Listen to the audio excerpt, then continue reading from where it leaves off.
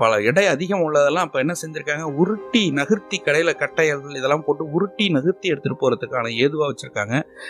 ஆனால் அது ஓரங்கள்லாம் வடிவமைக்கப்பட்டிருக்கணும்னா ரொம்ப எளிமையாக நீங்கள் எடுத்துக்க வேணாம்.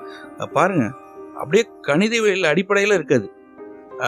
நம்ம முனைகள் இல்லாமல் அப்படியே மழுங்கடிக்கப்பட்டு அவ்வளோ அழகாக நேர்த்தியாக இருக்குது.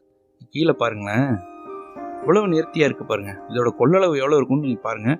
இன்றைக்கி இப்போ சொல்கிறோம்ல பாத் டப்பு அப்படிலாம் சொல்கிறீங்கல்ல, நீங்கள் இப்போ அது மாதிரி ஒரு குளியல் தொட்டிக்கு இணையான அளவுக்கு இது இந்த கல் தொட்டி அமைக்கப்பட்டிருக்கு பாருங்கள்.